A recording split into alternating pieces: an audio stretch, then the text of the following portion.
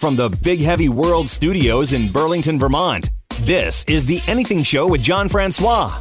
I hope you know what you're in for. Hello, it's The Anything Show. I'm John Francois here from the Magic 97.7 studios in Lyndonville, Vermont. My partner in crime, Main Squeeze Mary, is with us on Zoom. We're both on Zoom from her apartment in Newport, Vermont. Hello, Mary. Hello, hello. It's finally good to have video that's not going to glitch. Yeah, we usually try Skype when we do the show live on the radio on Saturdays, and it always just is a glitchy disaster. So now we're pre-recording part of the show on Zoom the Wednesday prior to our usual Saturdays because, I got Valentine's Day weekend plans. It's a whole thing. Same. Oh my God, are you getting laid on Valentine's Day? Oh my Lord, no, okay, fine. that is not the plan. Oh, okay. Well, okay, like family plans, friend plans. What do you got going on?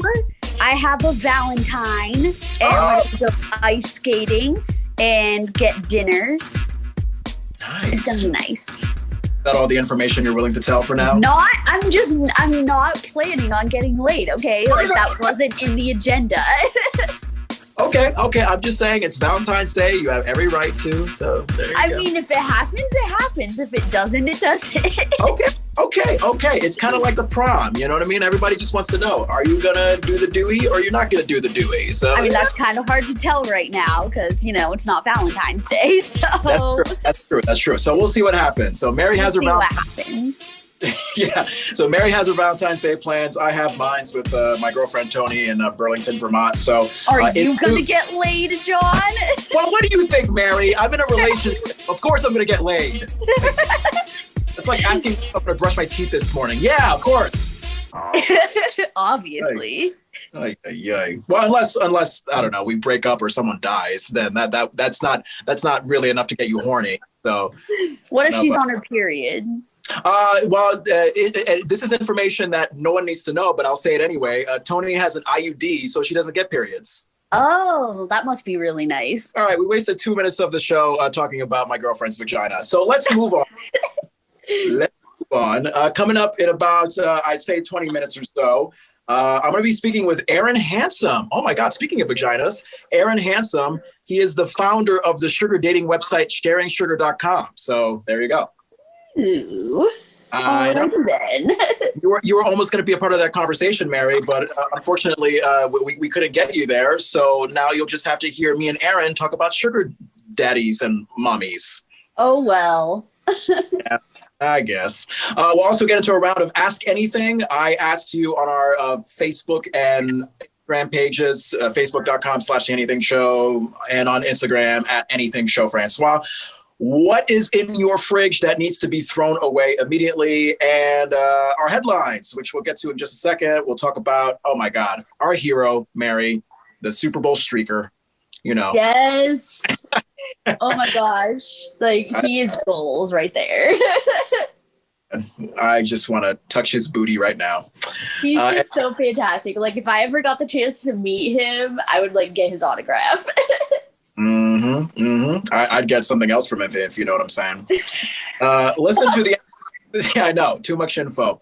Listen to The Anything Show with John Francois on Apple, Spotify, Google, iHeartRadio, Stitcher, TuneIn, wherever you get your podcasts. Like and follow us on Facebook.com/The Anything Show and Instagram @AnythingShowFrancois. Okay, Mary, let's get to our headlines. Hopefully we have time for it.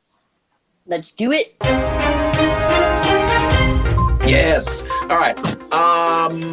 So like we said, the Super Bowl streaker. Wow. So this guy, the guy that streaked kind of naked across the field where Tampa Bay and Kansas City were playing. And you and me, Mary, we saw this live while we were watching the Super Bowl. It was great. And I was so disappointed they turned the cameras and we're like, no, we want to see the streaker. Yeah, when we get back live on the radio, the following Saturday, I don't know, Saturday after Valentine's Day, I got to play you the sound of the radio play-by-play, once the guy is running naked through the field. It's so much better because obviously TV, as you said, they just cut away to commercial, but radio was on that guy the whole time. But the streaker, he actually claimed he bet $50,000 on a prop bet at 15-2 that there would be a streaker at the Super Bowl, and he supposedly won around $374,000. I wonder why. I heard that.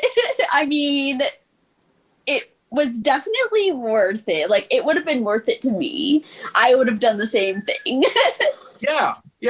I mean, it's brilliant. You know, you want to win. If you want to win money by saying someone's going to run naked through the football field, just be the person that runs naked through the football field. Right? I mean, it's only logical. Oh my goodness. What you got? Hey, Mary, I know that you, as a Vermonter, you like to call people from Massachusetts massholes.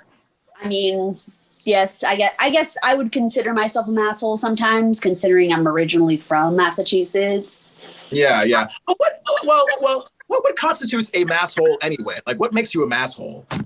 It's mostly the rude attitude and the crazy driving that constitutes you as a masshole. Because people from Massachusetts are literally like possessed when they're driving. It's insane. Yeah, and my girlfriend also told me that like the masshole thing comes from like, you know, the people who have like those temporary like cabin homes in Vermont. They're usually coming in from like Boston, and they're usually really douchey. So I don't know. But this may be a masshole. This guy in Massachusetts went to bed with his AirPods, you know, the wireless earbuds that are the craze right now. The Massachusetts guy went to bed with his AirPods. He ate one in his sleep and had to go to the hospital. How does he know that he ate one? Huh? How does he know that he ate one? Because I guess when he woke up, one of his AirPods was missing, and he was pooping funny. I don't know. I mean, just assumed that he ate it. Like, maybe it was lost in the pillow or something. He could have been choking on it. The AirPod could have been lodged in his esophagus. Yes, true. Yeah. I mean, but this is the reason why I don't want, or one of the reasons why I don't want AirPods, Mary, because like my mom and my brother, they're obsessed with them. They think they're great. However, for me, it's just like, oh my God, there's these little tiny things. They're not connected to a wire, and they cost like $200 something.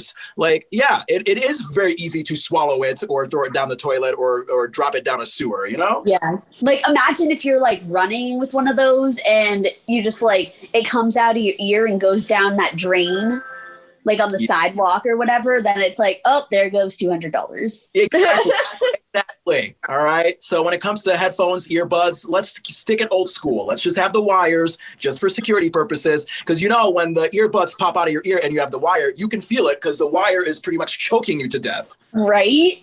But then with the AirPods, it's like, I mean, you could be like a mile down the road and be like, why can't I hear music through this ear? Yeah. It's almost like just like a little itty bitty ant just dropping out of your ear. Like you can barely feel it when it's wireless. So ridiculous. I don't know. Hey, speaking of people that are in the hospital, imagine this 19-year-old guy in the UK, Mary. He was hit by a car on March 1st, 2020, and he just slipped into a coma for the next 11 months. So he actually went into a coma just before coronavirus like became a big thing. He has no idea about any of this. Oh my gosh. That is great. That's just mind blowing. I think if that happened to me, that's like a scene right out of The Walking Dead. Like literally the very first episode, Rick like gets shot and he's like in a coma and he wakes up and everyone's dead. Like that is just literally a scene right out of The Walking Dead. Wakes up, everyone's like, there's a pandemic. He's like, wait, what? Yeah, I mean, he recently came out of it like nearly a year later, and even better, you know, it turns out he caught COVID while he was in the coma. So it's like you don't even know that COVID exists, and then you catch it, and then you find out millions of other people around the country have it too. Oh my God, I can't even imagine how that must have felt. Like the thoughts running through his head. Yeah. I would probably go insane. Like I would not know how to handle that. Yeah, just imagine you're in the hospital, you're coming from a coma. I'm trying to figure out like the hospital employee that would try to explain what has been happening for the past year to this guy. It's like, okay, so you'll need a minute. You're already sitting, you're already laying down. Okay, so there's this disease. It came from bats in China, and the China people got it. But then one person in the U.S. got it. And then more people in the U.S. got it. And now everybody has it. We have to wear a mask. All concerts are done. All restaurants and everything are closed. And guess what? This bat disease, you also have it. So goodbye.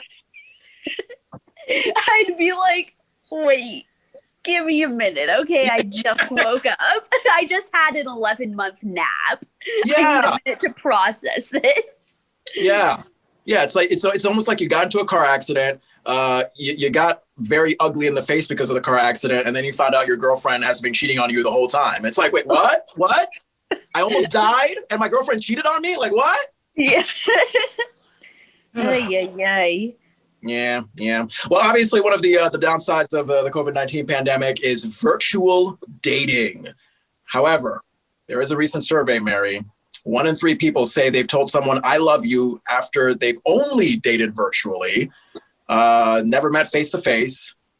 I mean, I don't know. Would you take that leap if you've been virtual dating with someone for nearly a year? Would you say like, "Oh, I feel comfortable enough to tell you I love you," even though we've never actually touched each other physically? Yeah, I mean, love isn't just about that. It's like getting to know someone, like their head and like what's going on, like how they think and everything. So yeah, I can totally see that happening. I mean, especially talking like a whole year. Okay. I mean, maybe I would be like, when you're in person, when we meet in person for the first time, you could smell like misery. You could smell like onions. I mean, and I mean, yes, but I know love is more than how someone smells, but since scent is everything, it plays a big part in it. Yeah. If you smell like garbage and tampons, then I don't know. The attraction's just not there anymore. Yeah. Hey, the same survey actually said that people actually what they like about virtual dates. I know, it's obviously a downer that you cannot have sex, but what they like about them is that they're cheap. You just pull up your computer, you put on the Wi-Fi connection, you put on the Skype, and then boom, you just talk to someone, and then you saved yourself like $500 from taking them to a concert. True. Concert, dinner, flowers, chocolate, all that. But then again, doesn't that say that that we're just lazy and we just don't want to spend any our significant other? I don't know. Mayhaps. Probably. Oh my God, Mary, losing weight and make you look much older. That's our next headline. Yeah.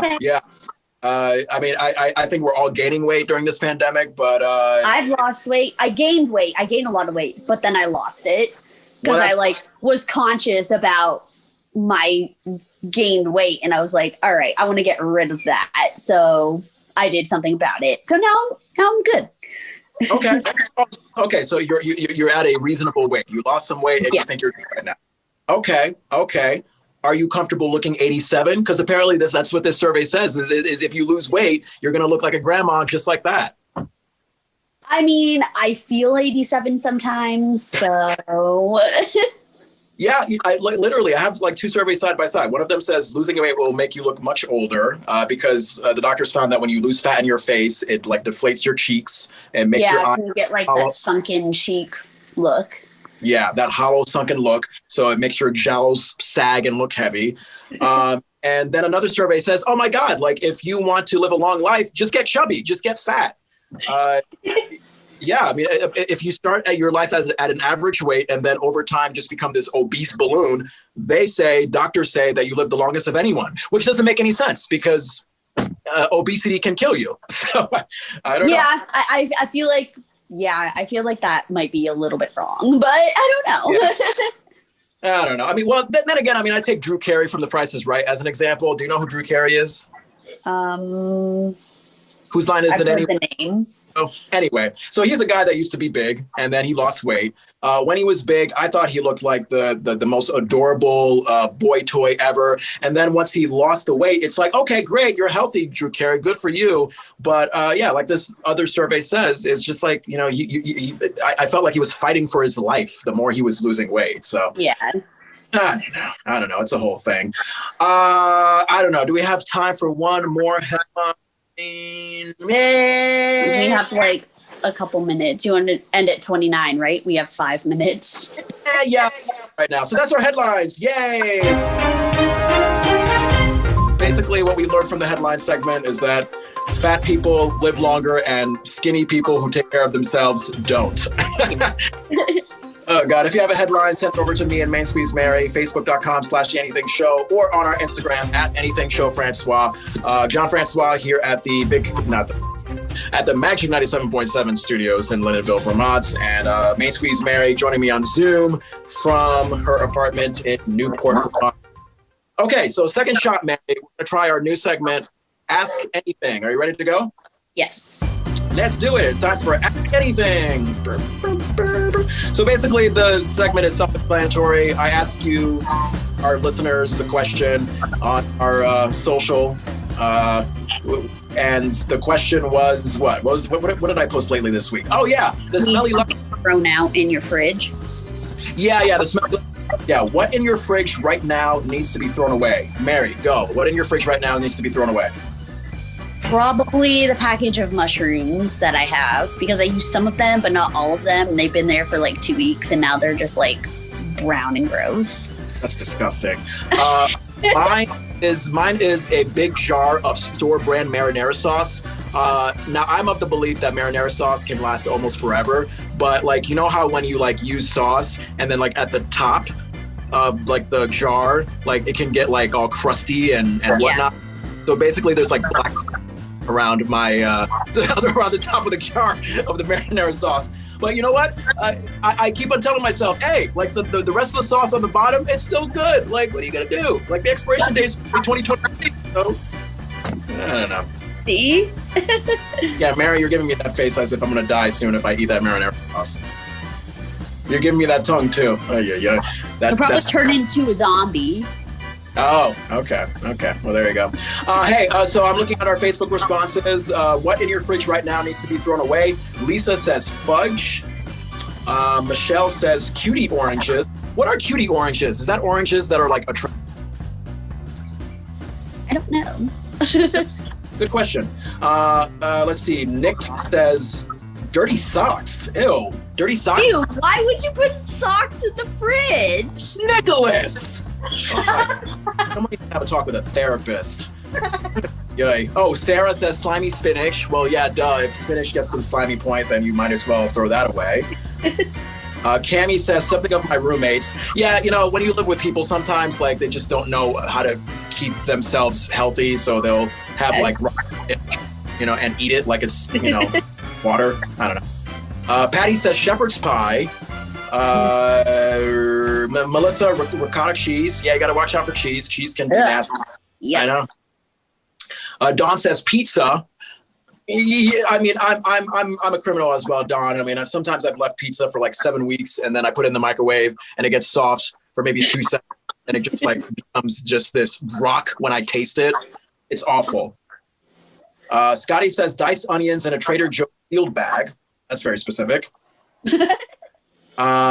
Jennifer says the ice buildup in the back. Yeah. I guess when you get like, yeah.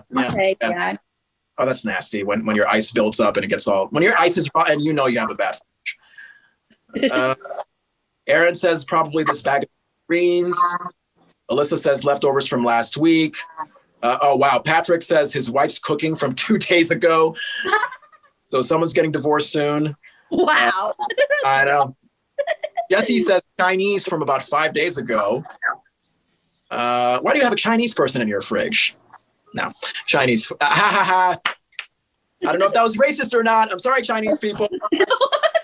Why would anyone have anybody in their fridge? Well, because, you know, you killed someone and you want to like hide the body. So I guess, yeah, if you like killing Chinese people, then boom. Put it in the fridge. Diane says lettuce. Skylar says milk. Stephanie says ginger. Craig says oranges that I forgot in my produce drawer of the fridge. Sandra says American chop suey. What is up with people leaving Chinese food in the fridge for a while? And Terry says everything, which is concerning because then Terry's just eating rotten food all day, every day. That's very concerning. Wow. Oh boy. Yeah. So that's our segment. Ask anything. Woo! And if you basically the way this works, I mean, I'm just going to throw out questions randomly on our socials, Facebook.com/anythingshow, on Instagram @anythingshowfrance. I'll ask you anything, you respond to them, and then boom, you know, we'll read it back on the air. All right, Mary, shall we get to some sugar business? Yeah. Well, me and Mary, we got to let go of each other very, very soon, unusually, to get to, I believe it was like a 41-minute conversation I had with the founder of the sugar daddy dating website, sharingsugar.com. His name is appropriately titled Aaron Handsome. Love it. And I asked him if his name is real or not, and you'll find that out in the interview, the truth of that. But yeah, we'll hear about that. We'll hear about the wonderful fact of sugar dating as I let you go, so you can have fun with your Valentine the following, Saturday, as we record this on Wednesday, February 10th, Mary? Yes. Yes. All right. Let's hope we get laid. Come on now. Let's let's cross our fingers. Let's say a prayer to God tonight. Please, God. Oh, goodness gracious. Yeah. All right. Well, that's about it, Mary. Toodles. Bye. All right. Hello, it's the Anything Show. I'm Jean Francois here, based in Vermont, United States. And I say that because joining me all the way from the great country of Mexico is Aaron Handsome. Is that how you pronounce your name? That's it. Yeah, that's right. You got it. Now, my girlfriend wanted to know, is your last name actually Handsome, or is that like a stage name? Because it is an awesome last name. Oh, thank you. It was my mother's maiden name given to me at birth. So it's my real last name. And my son, I just had a son here in Mexico. His last name is Handsome. He's Adam Handsome. Nice. So do you have anybody joking to you often, like, oh, hey, Mr. Handsome, you're quite handsome? Anything like that? I'm still paying for that name today. I bet. Well, Aaron is joining us. What is your title, Aaron? I mean, you run the website sharingsugar.com. Are you essentially the sharingsugar.com? I am, yeah. I'm the owner of it. It was actually my girlfriend, former sugar baby, current girlfriend, that helped me initially to kind of launch it, and she kind of backed off, and I took over and just kept promoting it. Gotcha. So sharingsugar.com, a sugar dating website. For anybody who's not familiar with with how sugar dating works, can you explain, Aaron? Well, so that's kind of a loaded question, because there's really a lot of different arrangements and scenarios within that answer. So, it really is anything from a business relationship and mentor relationship. Like I mentioned to you, Barbara Corcoran and Ramon Simone gave her start in real estate in New York, and look at her today. She's the queen of New York real estate.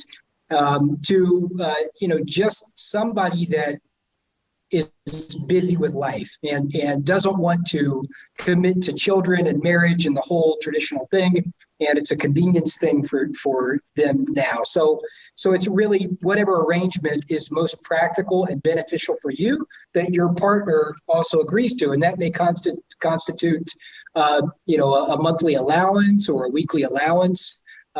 It may be seeing each other once a month or once a week. It can be kind of anything in between. And for anyone wondering, is sugar dating prostitution? Can you clear up that difference if there is one? Sure. Yeah, sure. Well, so I would say that sugar dating is not prostitution. Actually, itself, the definition of sugar dating is it is, I guess, a little more formal, and prostitution is pay for sex. And again, sugar dating can be anything that really is just, it's more of a needs and practicality based arrangement. Seeking Arrangement started off with the name on their website being Seeking Arrangement. I think it's gone to Seeking now.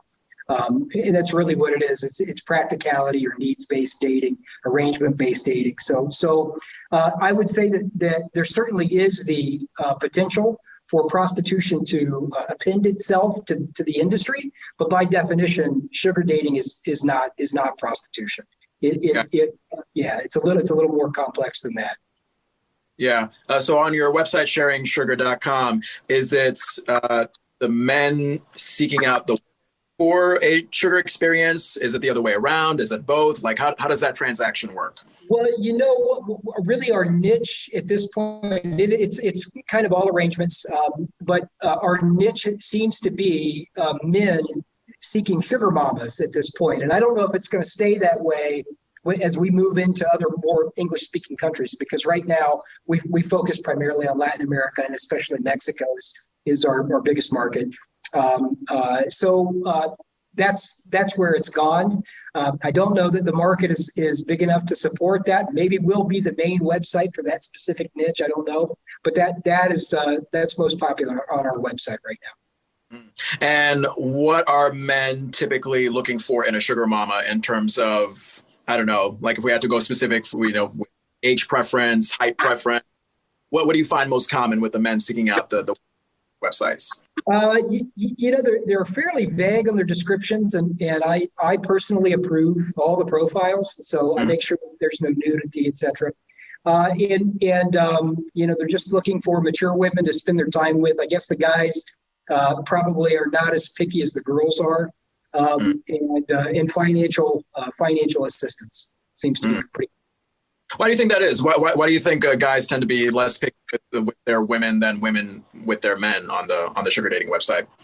Well, I think that that's a really complicated question that I think is probably full of biology. Yeah. I think women just in general, and that really is kind of the beauty of sugar dating. So I think women just in general are more picky. I think they're trained to be more picky, and biologically speaking, if you're limited to, in terms of procreation, if you're limited to about a baby a year, then you want to make sure that it's with the right guy, right? Yeah. Who was it? Genghis Khan, they called the super father. They said that he's responsible for like 0.5% of the men on the planet right now because he had so many babies, right? It was like 16 million offspring or something. So I think that there are biological reasons why women tend to be more picky. And from a male standpoint, I can tell you, through middle school and high school, we get shot down a lot. Those guys do. That's a very common thing. I can relate. Yeah, traumatizing sometimes, but it happens a lot. And kind of the beauty of sugar dating is that you're not necessarily asking. Not to say that it can't happen because it did with me, obviously, but you're not asking a woman to marry you and have your children. And so the consideration of hanging out with you is not as important. It's not as imperative. I want to make sure that you've got a good career, and you've got some stock options, and you've got a 401k, and you're not a drunkard, etc. So all of that is not tied up in the decision of will I be your sugar baby or not, because it's just a much lighter decision. And we find that there are a lot of girls that are in college that really are not at a place in their life and career where they want children, that want sugar daddies. That's very, very typical. And the beauty is that for both sides is they also don't want anybody tying them down. They don't want to have your kids, most of the time. And I wonder if these business transactions, if they get on the emotional side of things, they ever, if the two people who originally intentioned it to be a relationship, all of a sudden they fall for each other and they want to do like an old-fashioned relationship. I mean, have you found that has happened in some instances? Yeah, absolutely. Yeah, it does happen. I wouldn't say it's really common, but I couldn't really put a number on it in terms of our particular website. But I also have other friends that are sugar daddies, and it's very common for couples to, and if they don't fall head over heels and make it exclusive and all of that, it's still very common for these relationships to go on for years. And I've got to ask, is there an age limit for the men and women entering into these experiences? Is it an adults only experience? Yes, definitely an adults only experience. Oh, good. Okay. For sure. Yeah. Okay. Yes. I want to make sure. It's odd that you see a lot of women actually will. It's funny because when you go on a traditional dating website, all the girls want to date their own age. That's the most common. When you go on a sugar dating website, most of the girls are looking for older men specifically, and you'll even see some girls will limit it to 50 years old and older. And so there are actually and these are girls that are in the 20s, lower 20s, mid 20s, early 20s. And so there's definitely this element, I think, of of maturity that they're looking for on the sugar dating websites that maybe girls that are on a regular dating website, a traditional dating website, are not thinking about, because they're looking for a long-term mate, you know. What are some of the common like negative stigmas that you've heard about sugar dating for those who want to parse it, I guess? So, well, certainly the main is that it's prostitution. The main claim is that it's a form of prostitution. And again, I'm not going to be under the illusion that doesn't happen or it's not attempted. We have sometimes girls that will put pictures on our website that look like escort pictures, you know. Most of them, if you look, are not that way, though. You know, and what I say by that, what I mean by that is, you know, they're wearing lingerie, and they're wearing panties, and it's these very erotic poses. Most of the profile pictures are typical of what you would see in a regular dating website, and they're not hiding their identities. And so that you can tell the feel when you get on an escort website versus the feel and environment of a sugar dating website that's above board, that has some moderation, that has some quality control. You can definitely feel the difference. You're dealing with college girls mostly versus girls that don't want to show you their face, etc. You know, they got just a WhatsApp phone number on there or whatever, for you to contact them. There's a definite difference there, but that's the main claim is that it's prostitution. Mm-hmm. And I wonder if these sugar dating arrangements, going under the assumption that they are in fact business, transactions. I wonder what's like the common longevity for them. You know what I mean? Like, did, for example, did common to someone say, okay, I want to be in a dating relationship for a year so I can, pay off my tuition, or, am I looking for someone for like the next 20, 30 years so I can essentially just sit back, enjoy my life and not work? I mean, I wonder what's, sort of the lifespan periods of relationships that you've kind of, seen. Sure. Well, I mean, a lot of girls are not having kids in their early 20s anymore, and even their mid 20s. A lot of girls are waiting to their 30s, and so I find that most of the girls on the site are actually in their 20s. You see more 20s on there than anything else. Mm-hmm. Okay. Tell me, how did you come up with the inspiration for sharingsugar.com? What made you think, okay, I got to start this? Because everybody has that moment that sparked that idea that turned into this success. So, how is it for you? I heard kind of a famous person in the industry say that love is an invention of the poor. And I got pissed off about that. Really?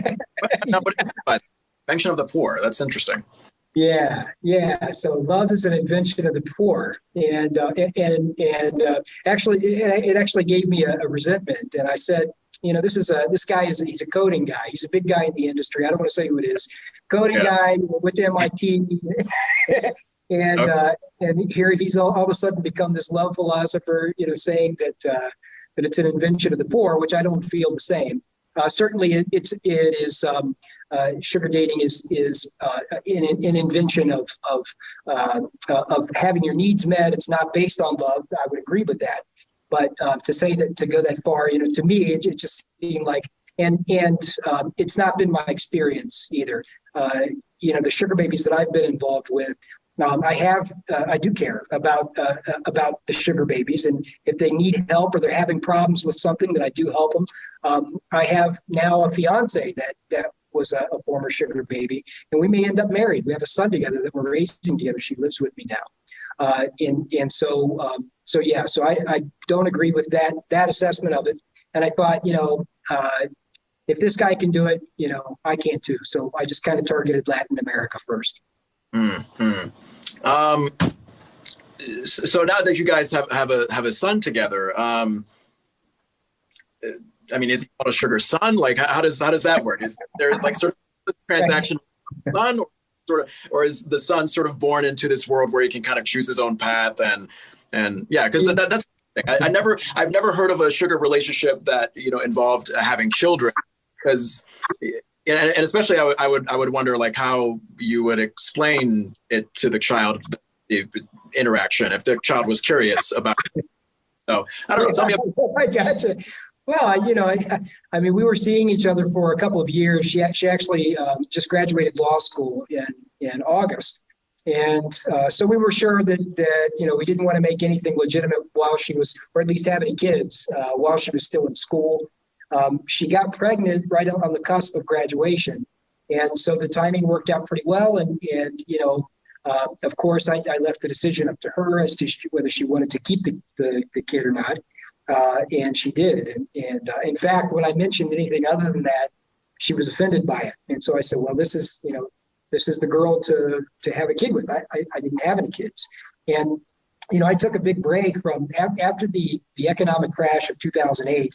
I lost a mortgage company. I was 50% owner of a mortgage company. I lost several houses. And so things went bad for me for quite a while, for close to a decade. I didn't do that great in business. And so I really took a break from dating seriously for all that period. And sugar dating was kind of my reintroduction to dating. And so without having a kid, you know, to me, if it happened, you know, I was just going to let fate kind of decide for me. And so she got pregnant right about the time of graduation. She graduated this August, and we decided that we're going to keep the kid.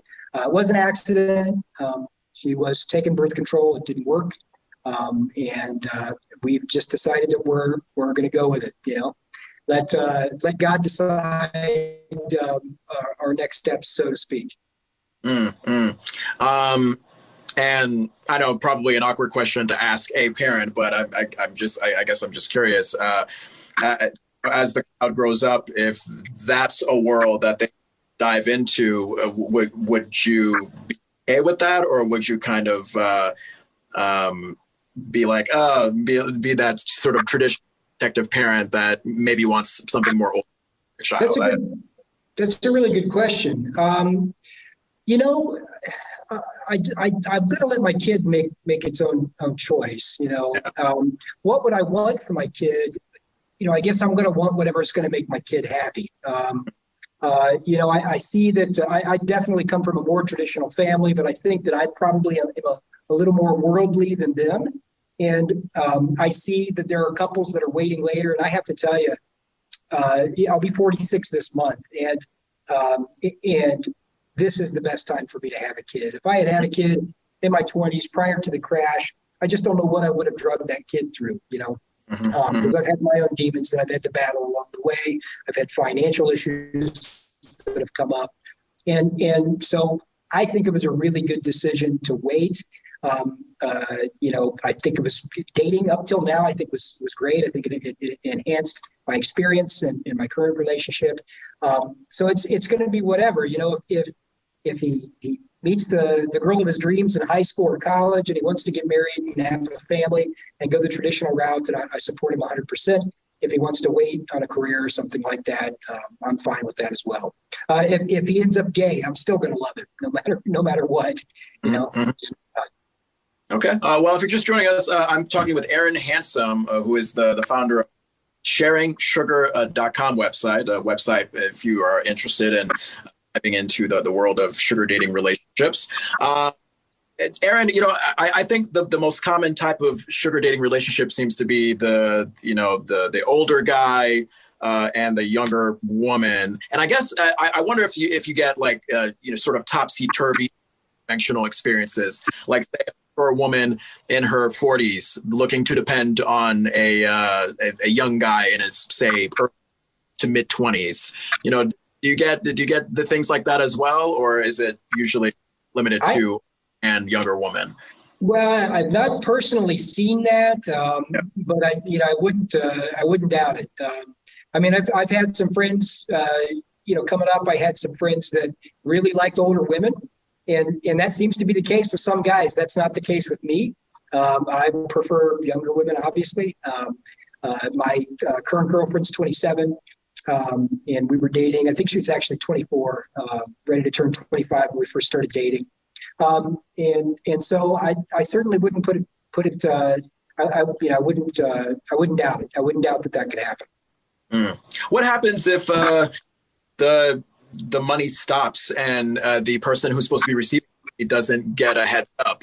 Is there some enforcement that you have to get in order to get that person to keep paying the money? Because in my head, that your website is there to set up the relationship, and then whatever else happens is their own private business.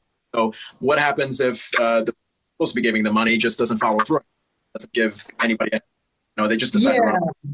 Well, so our website is still in its infancy, but we have a report feature on there, and of course we have a contact form. So if there's anybody that's on the website that's scamming anybody, the website is designed for real life dating.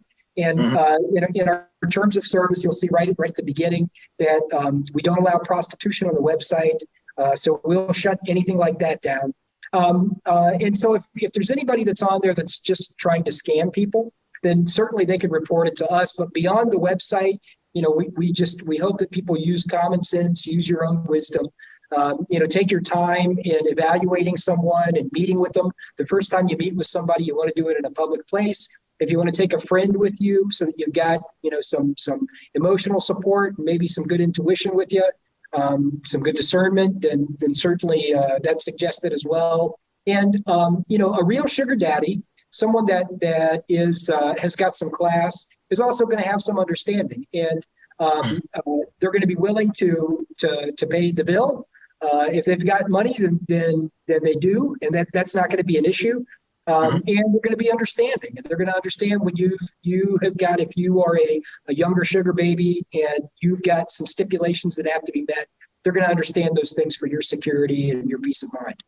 Gotcha. Since we commonly see since we commonly identify sugar dating as, the mature, wealthier man taking care of the woman, I'm wondering if you've gotten any pushback so far from sort of this pro-feminist Me Too era that we're experiencing right now, where we're celebrating, the independence and the women. Have you gotten any response saying this sugar dating thing kind of tones it down or sets us back a few years? I'm wondering about that. I haven't because I'm primarily in Latin America right now. So we really are just starting to enter the U.S. I haven't, but what I would say to somebody that brought that to me is that this is more empowering for women, I think, because they are in advance, they are able to come up with their own set of terms that have to be met. Again, an arrangement is anything that makes sense for both parties, right? That's not illegal, that's not unsafe. And so I think that it's probably more empowering for women because they're not expected to fall into this traditional role of being subservient or letting the man lead necessarily.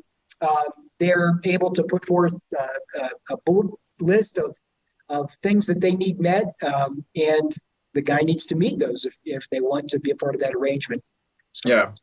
So for the person that's looking for a financial benefit from the sugar dating relationship, is there a prerequisite that they have to follow? Like, for instance, you got to be like unemployed or struggling to pay your tuition, or can you make a good living doing whatever, whether it be housekeeping or being a CEO of a company? Can you make a good living and still say, hey, I still want someone to provide for me?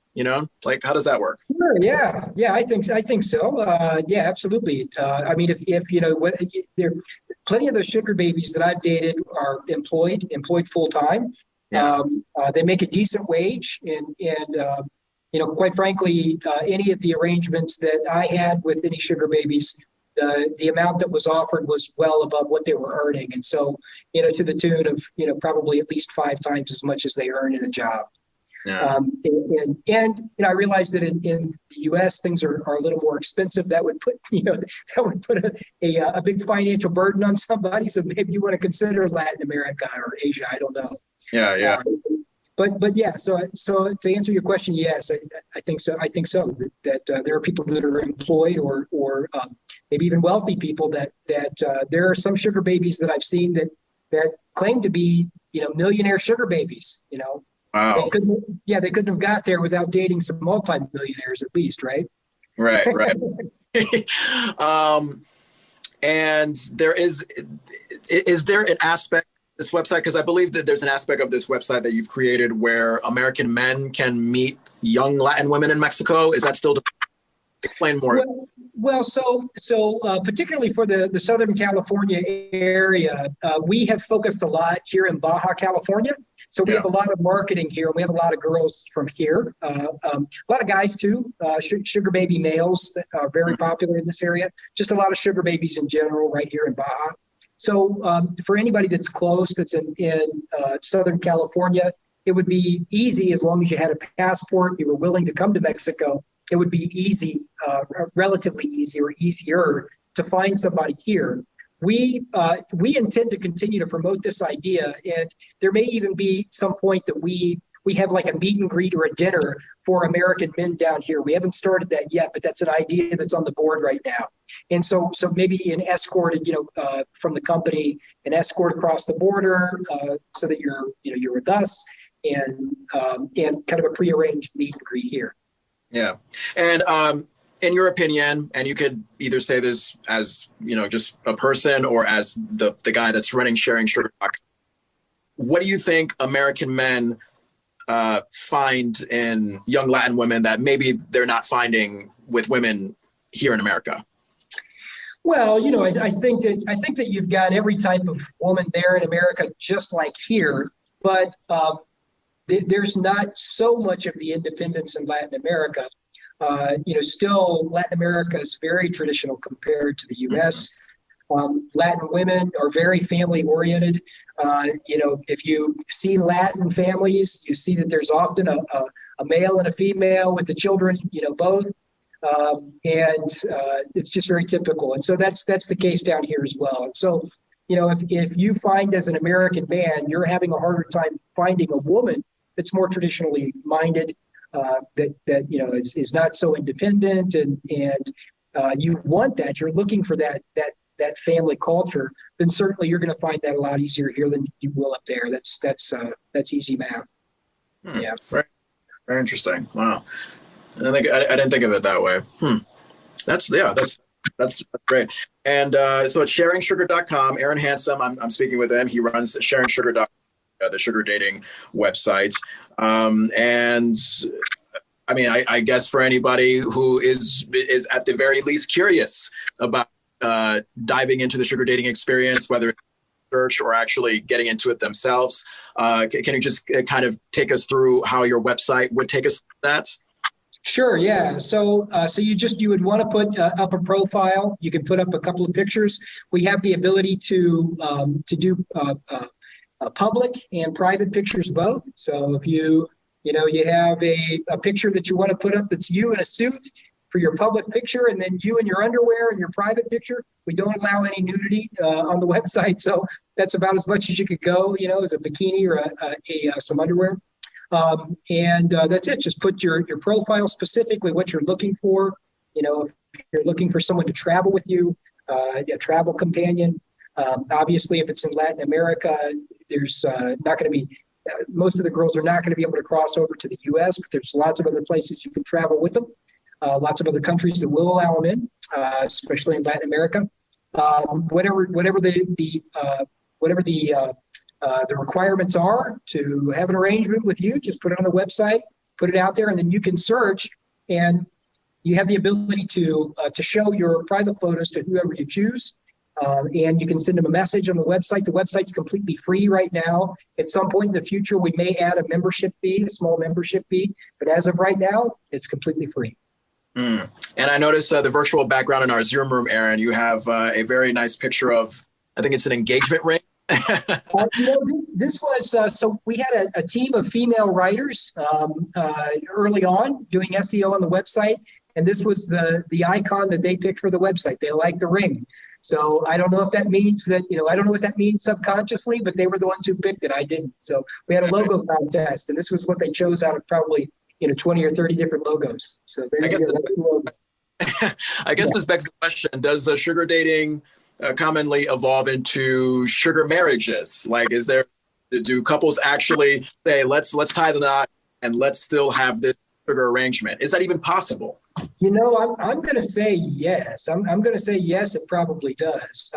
Certainly when these girls get out of school, if they are in a relationship that they have an emotional connection with and they feel financially secure, then it would make sense that they would go the next step. And that's what's happening in my own personal relationship with my former sugar baby, now current fiance, that I have my son with. And so there's the very real possibility that it will turn into marriage, I think. Yeah. Gotcha. And I take it you're familiar. You've met your now. I think you said she's now your fiance. Yes. So that's the plan. We're taking it one step at a time. We just had a kid. So okay. Yeah. No. Liberally, but yes. And have you met her family? Are you familiar with them? And you've conversed with them? Yeah. So she's from Oaxaca, Mexico. Yeah, she's from Oaxaca, which is it's the southern end of Mexico. Yeah, so we met on a sugar dating website, southern end of Mexico. I went down there to meet her. She traveled with me. We went to Cabo San Lucas together and went diving in Ensenada. And I've met her family. Her mother came up here and helped us take care of Adam when she first had Adam. First got out of the hospital. Her mother was here for 3 months living with me. So yeah. How did the mother take the sugar experience when she first became familiar with it? The mother doesn't know. The mother doesn't know it was a sugar dating website. Oh. Yeah. So we haven't told her. She didn't really ask, and we didn't really tell. So. Okay. Yeah. All right. Well, that's the guys. So, what about you in your life, your family and friends? I have a little story I can share with you. So I have another very close friend of mine who's a successful businessman that is also a sugar daddy. He's about probably 10 or 11 years older than me, in his mid to upper 50s, and he's dating a 20-year-old here in Mexico. He's an American. He's here in Mexico. He's dating a 20-year-old, really pretty 20-year-old, and he was able to get the father to meet him. So initially, the father didn't want to meet him because of his age, and he was able to get him to meet him. They went over there and had like a New Year's Eve party together. He was with the family, so you just never know. Father completely knew about the sugar experience, or he did not, or he just thought it was like a regular. Didn't know it was sugar dating, or it was a sugar dating website, but he knew that he was a sugar daddy. Yeah. Now, I guess I'm curious. Do you think that not being transparent about sugar dating experiences to those around you in your life, do you think that might enable the negative stigmas that people have about sugar dating? Sure. Yeah, no, I totally do. I do. And I agree with that. So I think that, one, using the term, the sugar dating or sugar daddy has been around for a long time. It's very, very typical here in Latin America. I would say much more common here, actually, than in the U.S. Yeah. Probably in lots of poorer countries, it's more common. But really, sugar dating, for lack of a better term, again, is really just needs-based dating or practicality-based dating, where you're dating for whatever, for companionship, for travel, for mentorship, for money, whatever the case may be. I think that talking about it would probably help to alleviate the stigma to some degree. A lot of people try to hide it, and I'm not sure that that's the way to bring it into mainstream. Yeah. But in your case, with you and your living girl, you're taking it one step at a time. Well, with the parents, at this point, I think that it would be, again, her mom came and lived for 3 months with us. She loves her grandson, our son, to death. And at this point, I took good care of her while she was here. That's important, I think. Be a good sugar daddy, So I think it would be water under the bridge at this point. So maybe there's a time for the disclosure when it comes to parents, especially if you're talking about the younger, the sugar baby, the younger party in the relationship. So. Okay. Well, it's Aaron Hansen who runs the sugar dating site, the sugar relationship website, rather, sharingsugar.com. sharingsugar.com, spelled exactly how it sounds, sugar.com, and definitely check it out if sugar dating is something that you want to dive into or at least do some research on. So Erin Handsome, I applaud your last name again. I appreciate you having a conversation with me about this because look, in my world, I mean, I'm just an old-fashioned relationship guy. I'm always fascinated by these experiences that like mine. So I appreciate you educating me on the sugar dating experience. Sure. Times they are a-changing, John. They are. All righty. Thank you so much, Erin. I appreciate it.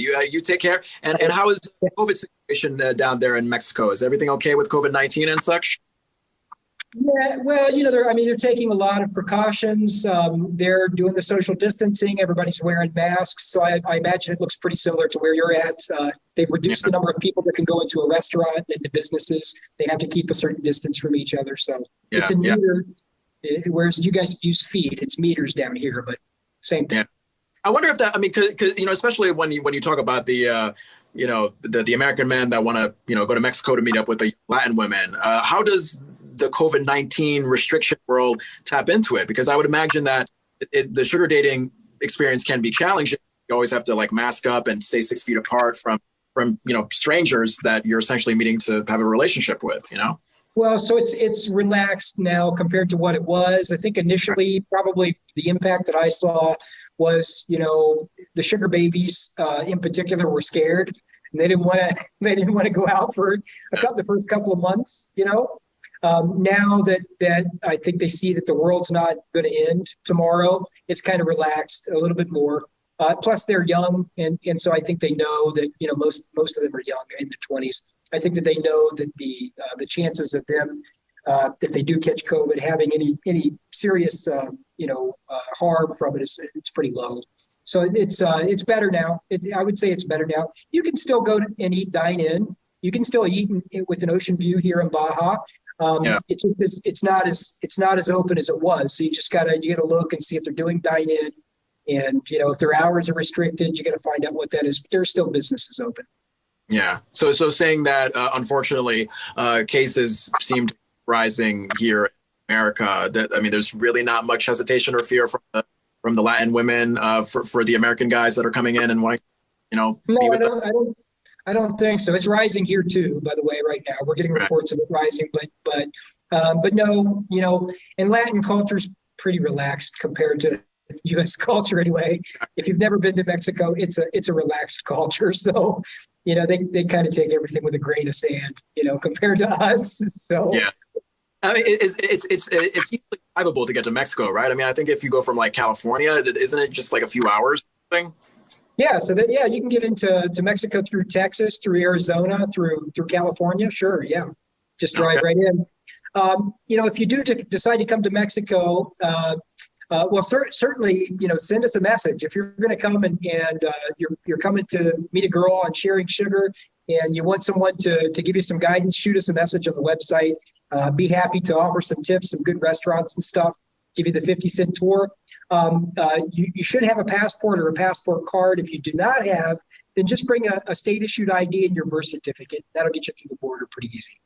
All right. Well, so that's sharingsugar.com, a great resource for dating information, relationships, and such. Erin Handsome runs that.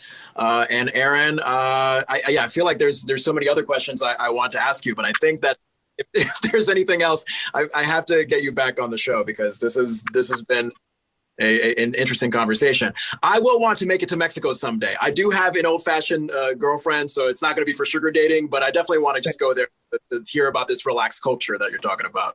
Sure. Yeah, absolutely. We'll go do some fishing down in Ensenada. Hey, I went fishing just one time and I got lucky with 3 or 4 trout fish. So I think I'll Okay. Okay. All right. Sounds good. We'll catch you more than that. Yeah. Erin Handsome from Sharing Sugar. Hey, thank you so much for appearing on The Anything Show, Erin. Thank you, John. Thank you very much. Appreciate you having me. Listen to The Anything Show with John Francois on the iHeartRadio app, Apple Podcasts, Spotify, or wherever you get podcasts. How does John know how to set up podcasts? Is he that? No, he can't be that smart. Follow on Facebook at The Anything Show and on Instagram at Anything Show Francois. Did you get all that?